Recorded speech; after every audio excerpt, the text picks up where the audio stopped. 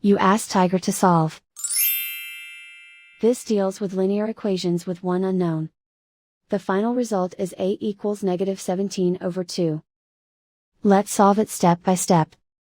Group all y terms on the left side of the equation. Subtract 4a from both sides. Group like terms. Simplify the arithmetic. Group like terms. Simplify the arithmetic. Group all constants on the right side of the equation. Subtract 8 from both sides.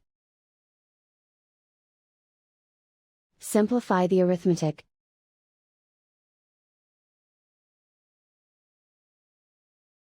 Isolate the y. Divide both sides by 2. Simplify the fraction. And so the final result is a equals -17/2.